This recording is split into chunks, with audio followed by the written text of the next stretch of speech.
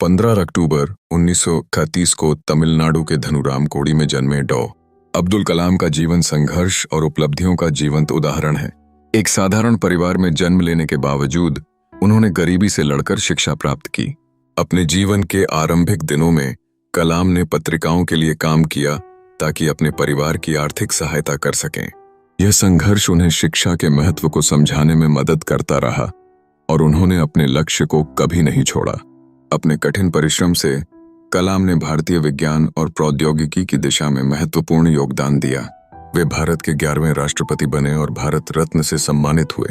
भारत की मिसाइल कार्यक्रम की नींव रखने के लिए उन्हें मिसाइल मैन के नाम से जाना जाता है। अग्नि और पृथ्वी जैसी मिसाइलों के विकास में उनकी भूमिका ने भारत को वैश्विक मंच पर मजबूती से खड़ा किया। उनकी कड़ी मेहनत और समर्पण ने नव दिशाएं खोली जो देश को सुरक्षा और आत्मनिर्भरता प्रदान करती हैं। लेकिन डॉ. कलाम का जीवन केवल उपलब्धियों का संग्रह नहीं है। एक समय उन्होंने भारतीय एयरफोर्स के पायलट बनने का सपना देखा, लेकिन चयन प्रक्रिया में 9वें नंबर पर आने के कारण उन्हें निराशा का सामना करना पड़ा। इस असफलता के बाद उन्होंने धार्मिक गुरु बाबा शिवानंद की सलाह ली, जिन्होंने उन्हें अपने भाग्य को स्वीकार करने और आगे बढ़ने की प्रेरणा दी।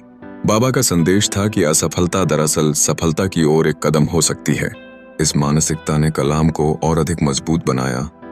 डॉ. कलाम का जीवन हर युवा के लिए प्रेरणा का स्रोत है।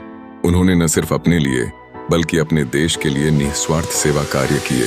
उन्होंने जीवन भर राष्ट्र प्रेम को अपने कार्यों में समाहित किया और मायने दिया। उनकी सोच और कार्यशैली ने लाखों भारतीयों को प्रेरित किया है, यह दिखाते हुए कि असफलता और संघर्ष के बावजूद जीवन में उत्कृष्टता हासिल की जा सकती है। कलाम सिर्फ एक वैज्ञानिक और नेता नहीं थे, बल्कि वे एक मार्गदर्शक और प्रेरक थे, जो हमें सिखाते हैं कि हम अपनी परिस्थितियों को परिवर्तित कर सकते हैं।